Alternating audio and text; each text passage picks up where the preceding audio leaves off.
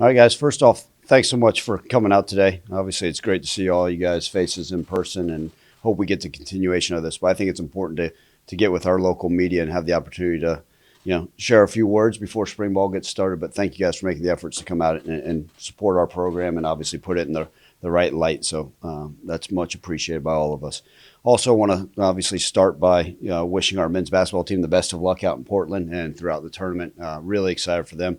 Obviously, it's a great for them to get the berth in the tournament, but wish Coach Hardaway and his staff and those players and those young men a lot of success in the tournament. Also, want to thank and congratulate Coach Anthony Jones for his recent appointment at TCU. Coach Jones not only was a stand-up man in our community that was well known, well liked by everybody that had the chance to come in contact with him, but a fantastic coach, and he did so much for the 901 and for our football program. So wanted to thank him and wish him best in his future endeavors as he moves on.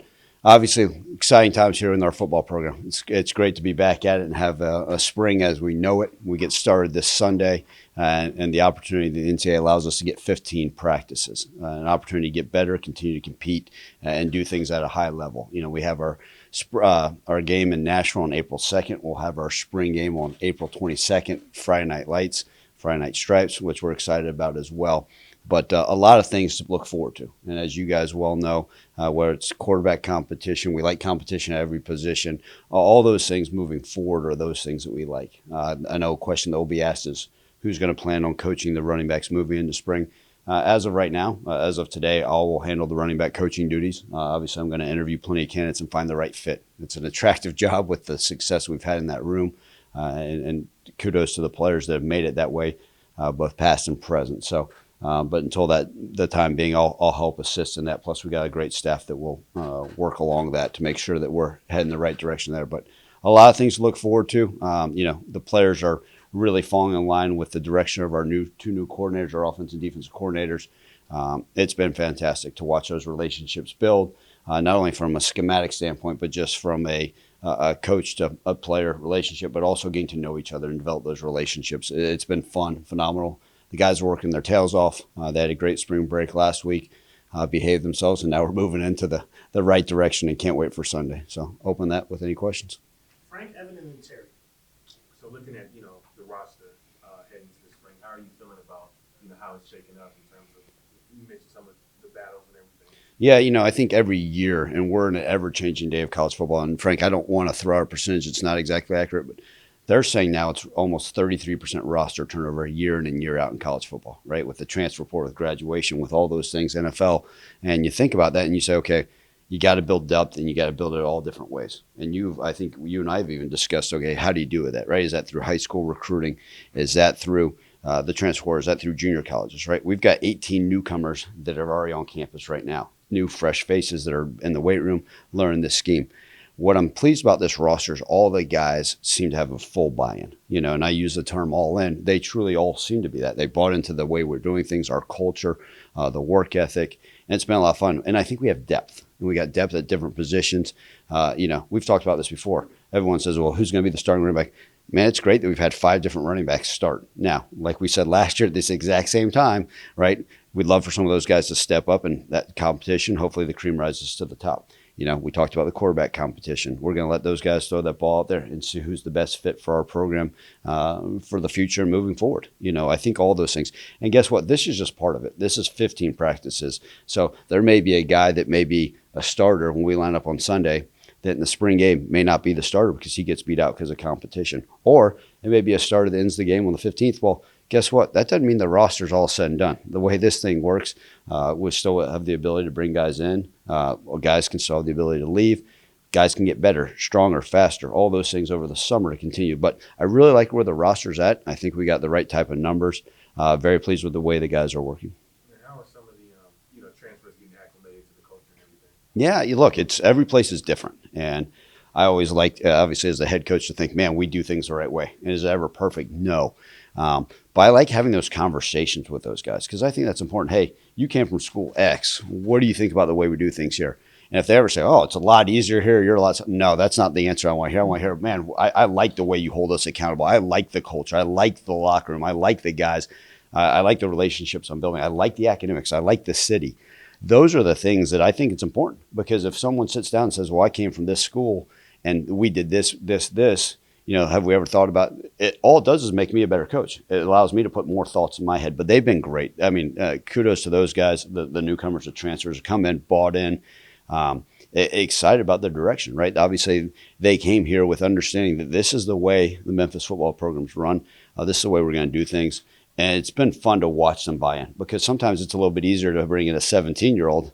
They don't know the difference between left and right? They're just trying to find their way to the dorms.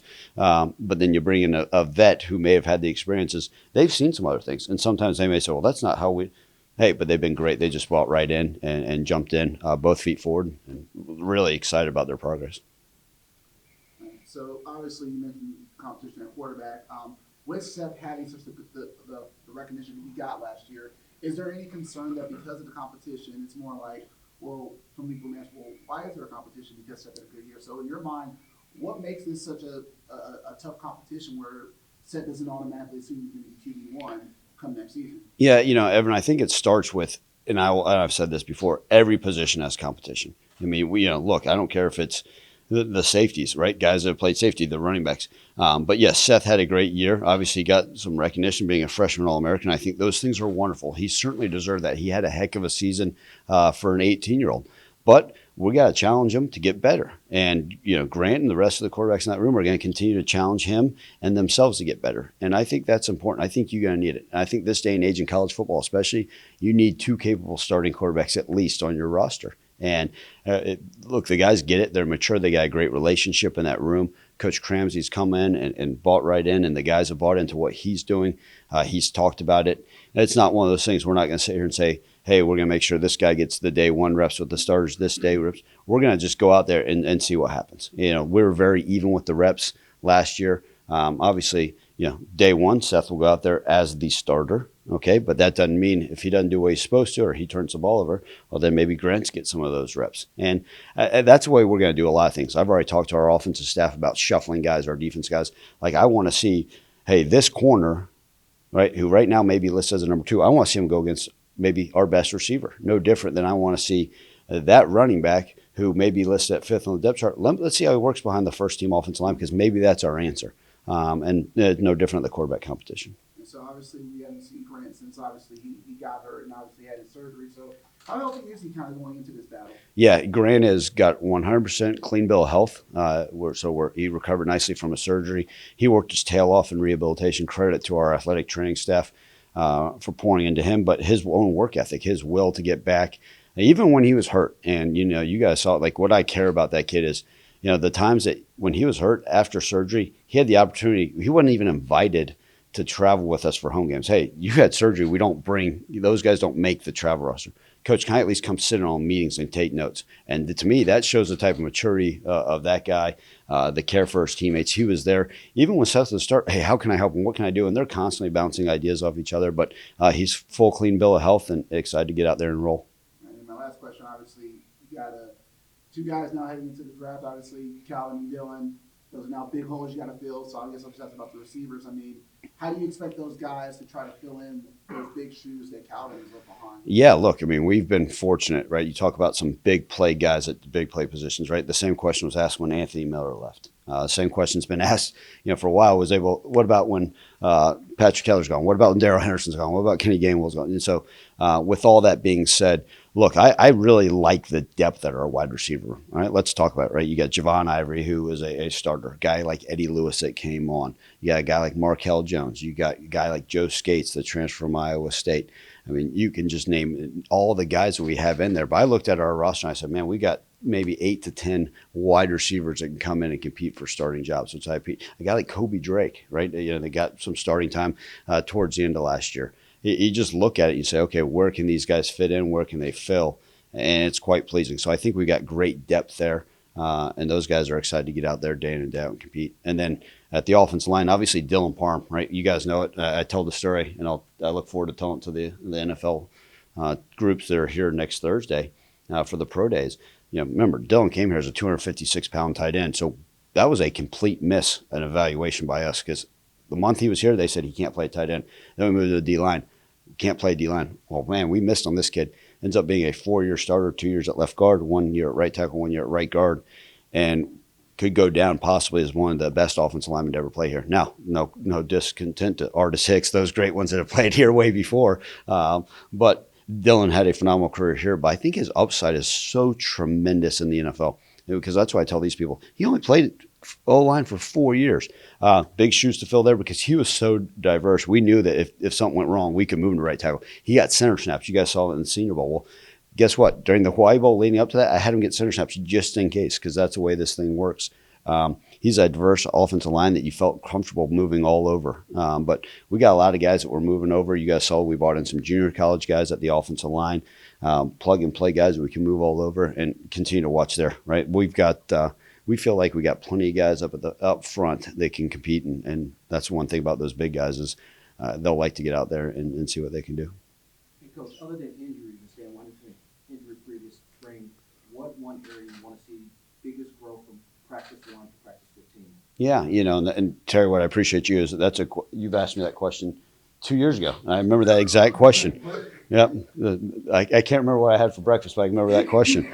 I think that's the key is this is not a coach talk answer, but I think in spring ball, other than you don't want to see injuries, is you need to see gradual growth, right? A new understanding of this defensive scheme. This is a new defensive scheme. Okay, now if Mississippi State's listening, we're running the exact same defense we ran last year, and we're not changing a thing. But you want to see a growth in the understanding of that scheme, right? So with that growth in the understanding with knowledge becomes confidence. So then by the end of spring, I actually want to see our defense playing faster. And you say, well, man, that's 15 breaks. No, they need to, because now they gain confidence. They have a full understanding of different schemes, fronts, coverages, how it works, tie in the back end and the front end together. So to me, that's what I really want to see on the defense side of the ball.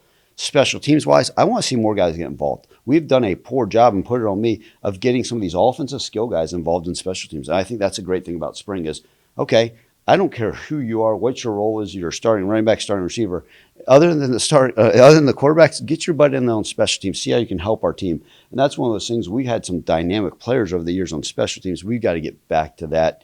And then offensively, I think you need to see the cohesion. I think we're too much of this as an offense. And it doesn't matter if you're scoring 60 points a game or 30. Consistency is what you want. And I didn't think I got to see enough of that. Now, right, a lot of it is playing a young quarterback last year, some injuries and all that stuff. But I want to see consistency from our offense, right? We had in the middle of the season or early in the season when we had turnover issues, right? I do not want to see that damn ball on the ground. We had too many fumbles last year. I'm going to harp on it. We continue to harp on it. But why not be as tough on it as day one on Sunday as I've ever been, right? Well, we're not in shoulder pads. I don't care. So ball security is one of those things I want to continue to see as well. Coach, when you coming off going to the bowl game, we talked to several of the coaches last year. Said it was like, putting in all the work and not getting the paycheck. What does that feeling hang over, like these guys are ready to go out and hit anybody, because they didn't get a chance to show it that one last time? And I think more so, Jarvis, a lot of it's for those seniors, right? Those guys that decide to come back. You talk to those guys, the Quindell Johnsons that probably could have gone to the NFL, the Rodney Owens, they had that chance to exhaust that extra year of eligibility. Those guys, right? The Marcavius Weavers. I think those guys are really hungry to prove to people what we're all about. And I think it's get out there and they know this is one step in that direction. And that's what I appreciate about those guys is they have not shied away from the work this offseason. They understand that. And I've put my foot down and said, this is the damn standard and this is what we're going to be all about. And this is who we are day in and day out. And we're going to work and we're going to outwork everybody and continue to push. Now, it's one thing to make it lip service, but we have to put it on display day in, day out. And they've been awesome about it. And so those guys, I think more so the vets, are just itching to go say, okay, let's prove to everybody what we're really all about, right? No one was pleased with last year's record. So I think sometimes you guys always tell me I need to sleep more. I haven't slept since last year because of the damn record. And, until we freaking are hoisting the right type of trophy, that's where we go. So I think our guys are hungry to go out there and prove, to get better and compete. And that's what's been fun about this group of guys on our roster is they care, they want to compete, and they're willing to work to get better. Coach, it's been a minute since we've seen you. What have you been up to this off season? You pick up any TV shows, any books, anything like that? A few pounds. So yeah, I picked up that this off season a little bit more. I think sometimes the stress of the season allows me to get a little bit more slender. But no, one of the things I always try to read some in the off season when I can, but this has been, a different offseason than most because it's different. Yeah, sometimes when you get a chance to go on spring break vacation, you don't have to worry about your roster. Well, that's kind of changed over the last 2 years, right? And so whether I'm sitting on the beach, relaxing, enjoying a beautiful day somewhere out of the country, or on my couch trying to read a book, that phone, unfortunately, has to be right by me because you never know what's going to happen. It may be one of your own players that says, hey, I'm thinking about this, or a player that's in the portal that I got to go watch film and make sure this guy's it. So to say that I've done a nice job of expanding my horizons of bettering myself, other than in the food category, I've done a poor job.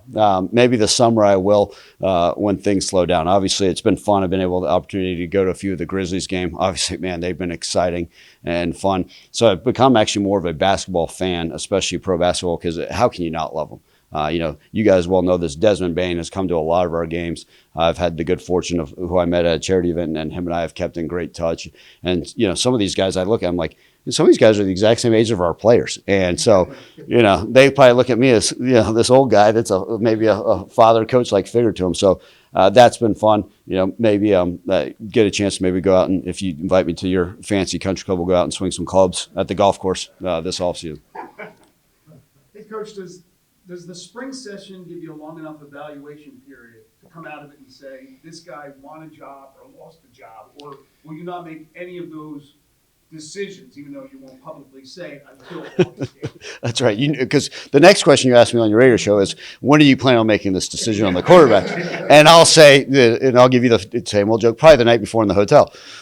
And you guys will say, don't you? And then people will freak out and say, I can't believe he doesn't know what's going on. And all that stuff, right? Year 3, I finally understand how this all works. No, but I think the reality of it is you got a good idea. And sometimes more than anything, what I found in spring is you find a guy that, I had no idea that this walk-on was capable of this.